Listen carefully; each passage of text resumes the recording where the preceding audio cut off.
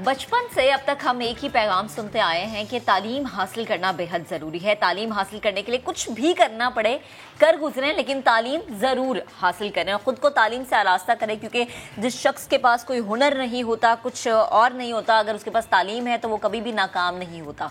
और क्या आपने कभी ये सुना है कि कोई भी बच्चा 1 रुपया यौमिया पर तालीम हासिल कर रहा है? बड़ी हैरानगी वाली बात है कि 1 रुपया आप देते हैं और रोज़ाना का आपने 1 रुपया देना है और आपने तालीम हासिल करनी है। आज हम आपको ऐसे स्कूल में लेके जाएंगे जहां बच्चों को तालीम से आरास्ता करने के लिए 2 बहनें मैदान में आई हैं। कराची का ये इलाका इब्राहिम हैदरी समंदरी खुराक की सनत से जुड़े माहिगीरों पर मुश्तमिल है और जैसा हम देख भी सकते हैं, सिचुएशन भी हमारी आंखों के सामने कि यहाँ पर तालीम जैसी बुनियादी सहूलत जो है वो बच्चों को नहीं मिलती है। शायद जो सूबाई हुकूमत है उसकी नज़र से ये इलाका ओझल है, या फिर शायद उनकी आंखों के सामने है और कुछ भी करने के लिए तैयार नहीं है। इस बस्ती में रहने वाली 2 बहनों ने यहाँ एक ऐसा स्कूल कायम किया है जो 30 रुपये महीना फीस में बच्चों को तालीम के जेवर से आरास्ता कर रहा है। बिल्कुल, आज के दौर में जब महंगी महंगी फीसें भरनी पड़ती हैं, वालिदैन परेशान रहते हैं कि शायद उनके पास खाने को पैसे ना हो, लेकिन स्कूल की फीसें भरना लाजमी है। ऐसे में इब्राहिम हैदरी का ये इलाका जहां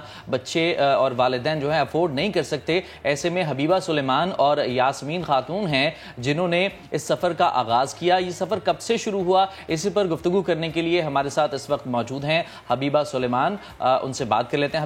हबीबा, बहुत शुक्रिया, good morning, thank you so much, आपने ज्वाइन किया। और आपका ये जो सफ़र है, आपकी ये जो काविश है, इसके लिए हम आपको सबसे पहले तो बहुत बहुत मुबारकबाद पेश करते हैं। ये बता दीजिएगा कि कब से ये सिलसिला आपने शुरू किया, कितने बच्चे हैं, कितने स्टूडेंट्स हैं जो कि आपके पास इस वक्त तालीम हासिल कर रहे हैं?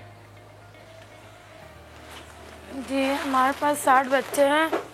मैंने पहले मेरे शौहर सुलेमान जो वो शुरू किया उसने बच्चों को पढ़ाना, उसके बाद उनका इंतकाल हो गया, यानी कि 7-8 महीने बाद उसका इंतकाल हो गया। तब मैं उसके इंतकाल के बाद बच्चे दरबदर हो रहे थे, तो मैंने सोचा दोनों बहनें मिलके हम लोग इसी बच्चे को अगर छोड़ देंगे इस तरह, ये लोग कुछ भी नहीं पढ़ सकेगा, ऐसे जाहिल कचरा उठाते रहेंगे, गुटखा खाते रहेंगे। यहाँ के लोग तो वैसे भी गुटखा खाने में बहुत माहिर है, तो पूरा दिन कचरे में गुटखा खाने में इस तरह घूमता रहता है गलियों में। तो हम दोनों बहनों ने बोला, वैसे भी हमारे शौहर सुलेमान जो वो बच्चों को पढ़ाने की बहुत कोशिश करते थे, पढ़ाते थे, अब वो नहीं रहे तो हम दोनों मिलकर पढ़ाते हैं बच्चों को। तो हम लोगों ने इनकी माओ से बोला दोबारा। जी, यानी जो आपके शौहर का वो था सफर, उसको आप आगे लेके गई हैं और ये बड़ी एक हिम्मत और चैलेंजिंग वाली बात है। मैं चाहूँगी आप अपनी बात को जारी रखते हुए प्लीज़ साथ में उन मुश्किलात का भी जिक्र कीजिएगा जो कि आपने फेस की हैं। जी, हमारे शौहर के इंतकाल, फिर मैंने बच्चों की माओ को वो बुला के बोला कि हमारे पास बच्चे दे दे पढ़ाने के लिए, जो पहले हमारे शौहर के पास पढ़ते थे वो। तो उन्होंने कहा हमारे पास फ़ीस नहीं है, हम नहीं पढ़ा सकते। हमने कहा बस आप ऐसा करें कि जैसे कि दिन में 1 रुपया जमा करते ना, इस तरह करके महीने के 30 रुपये दे दीजिए, फिर भी बच्चों को हमारे पास दीजिए पढ़ाने के लिए, ताकि बच्चे कुछ पढ़े, बच्चों का काम आए, बच्चे सही रहे। तो उनके माँ ने बोला चलो ठीक है, माँ ने भी साथ दिया, बच्चों को दिया हमारे पास, फिर बच्चों को हम लोगों दोनों बहनों ने पढ़ाना शुरू कर दिया। अच्छा, ये बताइएगा कि बहुत तकलीफ। जी, हबीबा, ये बताइएगा कि आप जिस एरिया के अंदर रहती हैं, यकीनन जो छोटे बच्चे हैं वो बहुत छोटी एज में मजदूरी करने लग जाते हैं, कमा कर घर पे देते हैं, वो बड़ा ज़रूरी होता है, उनकी फैमिली को सपोर्ट चाहिए होती है। ऐसे में जो लोग थे, जो आपके इलाके के लोग हैं, उनकी तरफ से रिस्पॉन्स कैसा था, कितनी सपोर्ट आपको मिली इस कदम को उठाने के लिए? यहाँ के लोग तो वैसे देना नहीं चाहते थे, कहते हमारे पास खाने को नहीं। यहाँ के लोगों को तो 3 टाइम का खाना तो बिल्कुल नहीं मिलता, कभी 2 टाइम का, कभी 1 टाइम का, इस तरह खाते रहते हैं। ये यहाँ के लोग कहते हमारे पास खाने को पैसे नहीं है तो हम कहाँ से पढ़ाएंगे, किताबें कॉपी ये कहाँ से खर्चा लेकर आएंगे। हमने कहा बस 3 कॉपी दे दीजिए, ये लोग कुछ सीखे। और हम लोगों ने इन लोगों से राइटिंग बुक मंगवाया, हम लोगों ने दिए राइटिंग बुक। तो हमने कहा इनका हाथ सीधा हो जाए, इन लोगों को लिखना आ जाए बस, तो आगे इंशाल्लाह कुछ ना कुछ हो जाएगा। तो हम लोगों ने ये हिम्मत करके हम लोगों ने ये बोला, ये मेरा घर है, पहले मेरा शौहर और मैं यहीं रहते थे। अच्छा। जब मेरा शौहर का इंतकाल हो गया तो मैं अपने माँ के घर चली गई और मेरे अपने घर को ही मैंने स्कूल बना दिया। मैंने कहा बच्चे यहाँ पढ़े। लोगों ने तो कहा ये किराए पे दे दे मकान, लेकिन मैंने कहा नहीं, मुझे किराया नहीं चाहिए, मेरा शौहर का जो सपना है मुझे वो पूरा करना है, मैं वो पूरा करूँगी। तो मैंने बच्चों को यहाँ पढ़ाना शुरू कर दिया। मेरे शौहर जो पढ़ाते थे पहले स्कूल में पढ़ाते थे, मेरे शौहर के इंतकाल के बाद वो स्कूल लोगों ने कहा ये बंद करा दो, अब कौन चलाएगा, इस तरह बोल के बंद करा दिया, बच्चे दरबदर हो गए। फिर मैंने अपने घर को ही स्कूल बना दिया। सही। अच्छा यहाँ के बच्चे जैसे छोटे छोटे बच्चे, अबीबा आप बता भी रही है ना कि तकरीबन लगभग 60 बच्चे आपके पास, और रोज़ाना का अगर हम ये कहें कि 1 रुपया वो यौमिया देते हैं अपनी तालीम के सफ़र को जारी रखने के लिए, तो महीने के 30 हो गए। मुझे ये बताएं कि आप अपना गुजर बसर कैसे करती हैं, क्योंकि आप जैसे कह रही हैं कि इन बच्चों के वालिदैन तो ये भी कहते हैं कि हमारे पास तो कॉपी पेंसिल के पैसे नहीं है, हम बच्चों को राइटिंग बुक्स कैसे लेके दें। यकीनन कुछ बच्चों का खर्चा आप खुद भी बर्दाश्त करती होंगी, तो ये आपका गुजर बसर और आपका सफ़र कैसे चलता है? जी वो मेरा भाई है अम्मी के घर में, वो हम लोगों को सपोर्ट करते हैं। मेरे खुद के 5 बच्चे हैं, तो मेरा भाई, मैंने जॉब करने के लिए कहा था, मेरे माँ बाप ने बोला नहीं जॉब नहीं करो। मैंने कहा मैं जॉब नहीं करूँगी, लेकिन स्कूल तो शुरू करने दे मुझे, ताकि मेरा शौहर का जो सपना वो पूरा हो सके। तो कहीं जाऊँगी नहीं, तो मेरे माँ बाप ने कहा चलो ठीक है, ये तुम्हारा जो घर है उसको तुम स्कूल बना लो, सपोर्ट करने वाले हम लोग हैं। तो मेरे भाई जो है ना वो फैसल, वो हमें बहुत साथ देते हैं। वो यानी कि वो हमारा खर्चा भी उठाते हैं, खाना आना हम लोग सब घर अम्मी के घर से ही खाते हैं, सारे खर्चे यानी कि खर्चात वही उठाते हैं, और स्कूल के लिए जो मसला होता है वो उसमें भी साथ देते हैं। सही सही, यानी भाई आपका बाजू बन के खड़ा हुआ है। अच्छा हबीबा मुझे एक और चीज़ बताएंगे, बच्चे यकीनन ये जो आपने शमा एक रोशन की है ना, इससे ना जाने कितने बच्चों की ज़िंदगियाँ रोशन हो जाएंगी।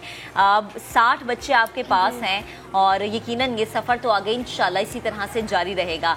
कुछ बच्चे जब आप उनसे पूछती होंगी कि क्या बनना चाहते हो, क्या करना चाहते हो आगे, तो यकीनन वो आपको बताते होंगे कोई डॉक्टर या कोई इंजीनियर बनना चाहता है। मज़ीद इनकी तालीम को आगे ले जाने के लिए आपने कोई प्लान बनाया? जी मैंने तो बहुत सारे लोगों से तो मैंने कांटेक्ट किए। अच्छा। लेकिन आते हैं कुछ करते नहीं हैं, बस देख के चले जाते हैं, हाँ करेंगे ये बोल के चले जाते हैं, कुछ करते नहीं हैं। फिर भी मैंने कहा चलो कुछ ना कुछ अल्लाह पाक ज़रूर करेगा, कोई ना कोई ऐसा आएगा जो करके देगा। अबीबा बच्चों में कितना शौक देखती हैं आप, जो बच्चे आपके पास पढ़ रहे हैं उनको कितना शौक है पढ़ने का और आगे अपना कुछ नाम पैदा करने का, किसी खास फील्ड में जाने के हवाले से किस तरफ रुझान ज़्यादा है बच्चों का? बच्चों को बहुत शौक है पढ़ने का। बच्चे तो कहते हैं मिस मैं टीचर बनूंगी, कोई कहता है मैं डॉक्टर बनूंगी। और तो मैंने हमारी ये स्कूल आप लोग शायद देख रहे होंगे कि छत नहीं है, बिजली का मसला, पानी नहीं है, बच्चों के लिए कुछ भी सहूलत नहीं है, पैसे नहीं है। तो धूप इतनी होती है, जब 10, 11, 12 बजे इतनी धूप तेज़ होती है, बच्चों को कभी हम यहाँ लेकर आते कभी यहाँ रहते हैं, बारिश होती है तो बहुत दिक्कत होती है बारिश की वजह से। सही। किताबें नहीं है बच्चों के पास पढ़ने के लिए, यूनिफॉर्म नहीं है, शूज़ नहीं है, बच्चों के पास कुछ भी सहूलत नहीं है। फिर भी बच्चे शौक़ से आते हैं, पढ़ते हैं। बच्चे कहते हैं हमें पढ़ना है, टीचर आप हमें पढ़ाएं, हम पढ़ेंगे, किसी भी हालत में पढ़ेंगे। हमें ऐसे कि इतनी बारिश हुई थी तब भी हम लोगों ने हल्के हल्के बारिश में तो पढ़ा है, लेकिन तेज़ बारिश में नहीं पढ़ा सकता कि बारिश बहुत ज़्यादा हो जाती है, हर चीज़ गीला हो जाती है। सही। अबीबा लास्ट में एक और सवाल मैं आपसे पूछना चाहूँगी, जिस तरह से आप बता रही हैं कि बच्चों को शौक़ है पढ़ने का, लेकिन यकीनन कभी कोई ऐसा जिससे आपने कहा हो कि हम चाहते हैं कि आप हमारा बाजू बन के खड़े हों, आप हमारी मदद करें ताकि हम इन बच्चों के लिए चीज़ों को आगे लेके जाएं, कभी कोई ऐसी ऑफ़र आपके पास आई हो या आपने खुद कांटेक्ट किया हो, जैसे आप पहले बता भी रही थी? जी जी मैंने कांटेक्ट किया, ऑफ़र कोई नहीं आया। वैसे खुद की तरफ से तो आए थे, लेकिन वो लोग जैसे कि वीडियो भर के चले गए, कुछ भी नहीं किया। एक दफ़ा रिलाइफ वाले आए थे, उन लोगों ने बस वीडियो भरे और बच्चों के लिए कुछ पुराने कपड़े दिए। और मैं जब शुरू मेरे शौहर का इंतकाल हुआ था तब आया था, तो मेरे हाथ पे 5000 तमके चले गए। उसके बाद और आया ही नहीं, कुछ काम भी नहीं किया। सही। इस तरह बस आते ही चले जाते हैं, बस लफ्जी बातें होती हैं और अमलन कुछ नहीं होता। हबीबा आप जो काम आप कर रही हैं ये बहुत अच्छा और नेक काम है, अल्लाह आपको इसमें कामयाबी दे।